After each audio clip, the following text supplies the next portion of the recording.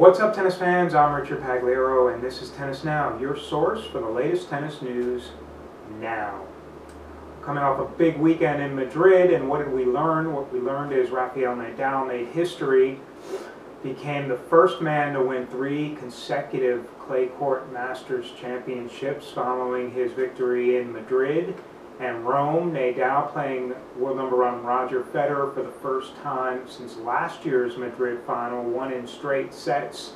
Also broke the record for most career Masters championships he shared with Andre Agassi. It was Nadal's 18th career Masters championship.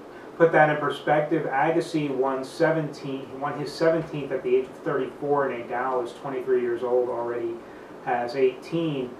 Raised his clay court record to 15-0 and solidified his status as the overwhelming favorite to win his 5th French Open title. And Roland Garros, as you know, begins on Sunday. What can Federer take out of it? Well, maybe the best thing that come out of Madrid for Federer is that Nadal has regained the world number 2 ranking, which means Federer and Nadal will be seeded number 1 and 2 at the French Open, and they could not face each other until the final. So Federer's got to hope someone else will knock off Nadal before it gets to the final.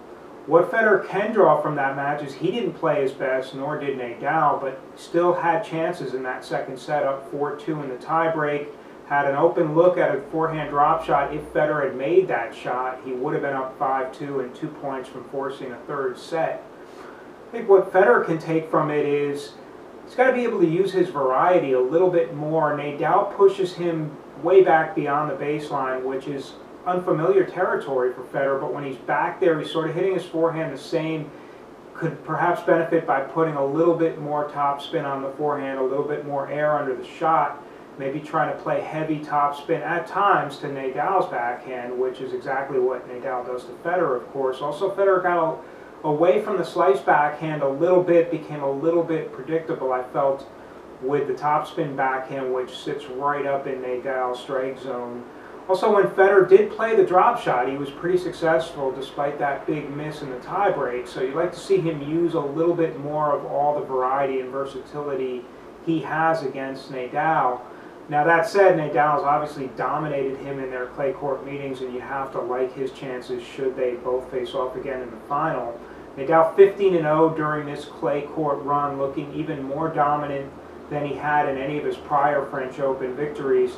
The guy who gave him the best clay court match this year was Ernest Gulbis, so we'll have to look at the draw and see where those guys factor in and when the French Open gets underway this Sunday. As for the Williams sisters, they are now ranked number 1 and 2 in the world. Venus coming up short 7-5 in the third to Aragon Rezai, giving French fans hopes for the French Open. You have to look at the women's draw this way. It's still Justine, Henin, and Serena Williams in my mind as the 2 favorites.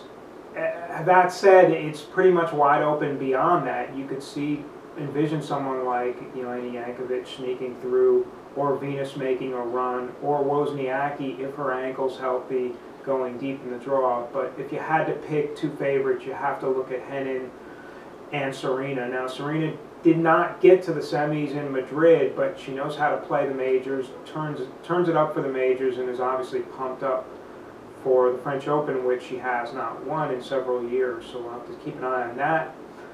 Martina Navratilova will be there both as a player and as an analyst for Tennis Channel. She's playing the Legends doubles event, partnering Yana Novotná on a conference call with the media today. Navratilova said her cancer diagnosis will not stop her from her aims to climb Mount Kilimanjaro on December 10th.